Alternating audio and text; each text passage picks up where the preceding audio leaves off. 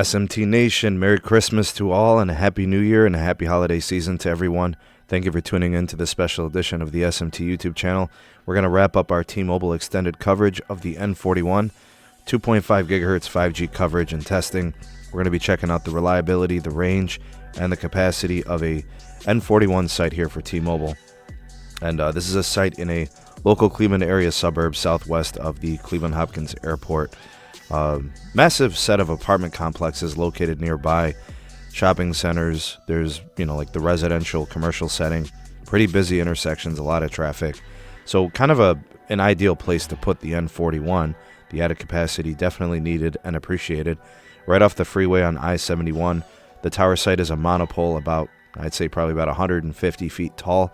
I'll give you guys a view of that so you could take a look. Just go ahead and see that as soon as I pass over this overpass here, you'll see it on the right hand side. Pretty tall site. The thing I noticed about the site itself is it's pretty new. When they were first building it, I thought it might be an AT&T site based on the signal strength or the lack thereof for AT&T, but it turns out to be a T-Mobile site, which is great. Very excited about that.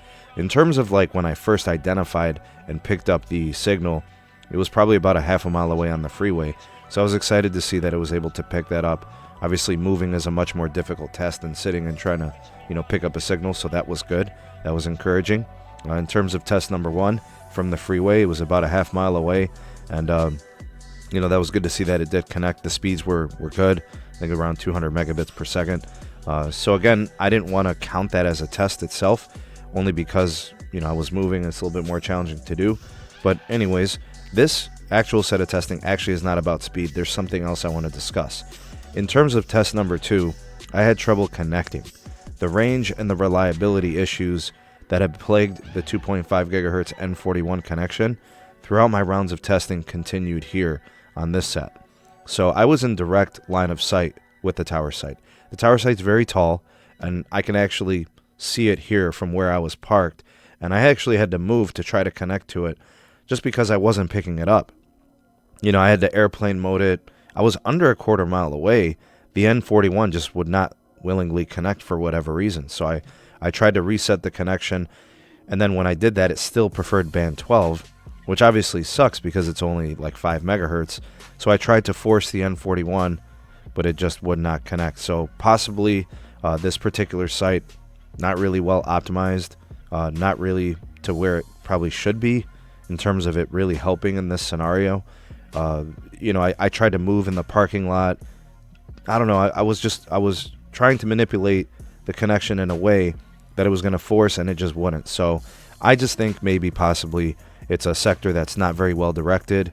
But it's really, a situation where in the plaza is where you wanted to see the connection be made because of all the stores and all the people that would be in that parking lot and in those stores. So I was surprised to see that particular difficulty with the connection. I actually ended up moving, leaving the parking lot and trying to test it again, because again, I don't understand why it wasn't picking up from this particular angle. I was in direct line of sight. It should not have been an issue, and I'm only about a quarter mile away. I was, surprised that it didn't pick up, honestly. So I went into the street, and I just started driving away, towards the tower site and away from it, and then it actually started to pick up. So I was about 20 feet north of where I initially did my testing, and it picked up. So technically, test number 2, when I finally got it, it was 19 millisecond ping, 6 millisecond jitter with a downlink of 167 megabits per second and an uplink of 23 megabits per second. So not great speeds, but clearly I was connected to the N41 because I did disable the N71, so I knew it was connected to N41. Test number 3 was 24 millisecond ping, 19 millisecond jitter with a downlink speed of 181 megabits per second, an uplink of 24 megabits per second. And I say I was probably about a quarter mile away when I was testing that. When I extended and drove away a little bit further, I'd say I was probably about a half mile away. I was still connected to the N41. I did get 100 megabits per second on the downlink and 23 megabits per second on the uplink. The issue is as soon as I went beyond the estimated half mile, I lost the connection. So I'd say when I was approaching the three-quarter mile was a no-go. I could not get the connection. There was actually another site down the road, So as I was driving away from that site I was testing, I connected to a new one, which is very encouraging, which is good. I think as soon as they figure out those distance and the range issues, those two sites seamlessly in sync kind of work together. And that's been the key, is densifying midband is critical. You don't want to have gaps in coverage and gaps in capacity. So literally in between, that quarter mile to a half mile between those two sites, I wasn't connected to N41. So if they improve the range of those two sites, they're going to plug up that gap and it would be a seamless transition between those two sites. So being that there was a site down the road, I did some additional testing. 24 millisecond ping, 279 megabits per second on the downlink, and 31 megabits per second on the uplink. So that site was testing better than the first site that I originally connected to. I ran another test as I was moving away, so probably approaching that half mile mark. 15 millisecond ping, 15 millisecond jitter, downlink at 288 megabits per second, uplink at 40 megabits per second. But I think as soon as I got to about that half a mile mark, again, I was down to about the minus 110 RSRP. You're starting to get a weakened signal there. It's not really going to be effective. It switched to LTE only, and the speed started to kind of tank. They bottomed out to like single digit, and then basically back to LTE.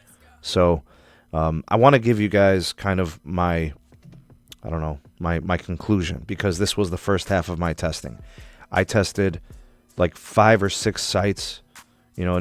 Actually from a few weeks ago when it started, the ones that are located on Cleveland's west side, all right? Because there are some more sites on the east side that I'm going to test, and I will be doing that next week. I'll be doing the same thing. I'll do a live stream. I'll chop it up into bits and pieces, and I'll bring it to you guys here in these clips. But here's how I'm seeing it, and here's kind of my takeaway. In the Cleveland area, the N41 leaves a lot to be desired. The reason I say that is, as a quote from Neville Ray, the president of technology at T-Mobile, he says we can expect 300 megabits per second. That was several weeks ago, as an average. The other thing to this, he said by the end of the year, expect 400 megabits per second. On average, I'm simply not seeing that. I'm not. And I think there's several reasons for this. One, I think there's a density issue. They don't have enough sites to really allow this midband to really shine. So I think that's one of the problems. That's going to take some time.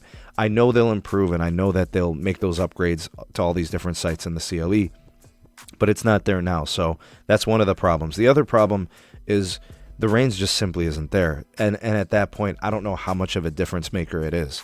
Without the range being adequate, if we're stuck around the half a mile mark, it's just not going to help as many people as it could. I would like to see it move closer to the 1 mile mark. That would be more substantial and helpful. But that's kind of my takeaway. The range is limited. You saw a reliability issue in this testing as well as some other sites. The downlink leaves a lot to be desired. I haven't seen the averages he has claimed we should be seeing. Anyways, that's what it is here in the CLE. Thank you guys for taking the time to watch. We will bring more coverage soon, so subscribe and stay tuned for more. That just about does it for this edition of the SMT YouTube channel. Thank you so much for taking this opportunity to watch. We appreciate you being here. If you enjoyed the content, make sure to give this video a like and share it to all of your favorite social media platforms. Also, consider becoming a subscriber if you'd like more from the SMT, and activate that bell notification icon so you never miss an upload and you'll be the first to know when something does hit the YouTubes. Also, we've got items in the description box. We've got a Discord server. The @SneedTech Twitter handle is there, and there's ways to donate and support SMT creation. That pretty much does it for today. Thank you so much for being here again. Hope you have a great day, and we'll hopefully see you soon on the next video. Peace.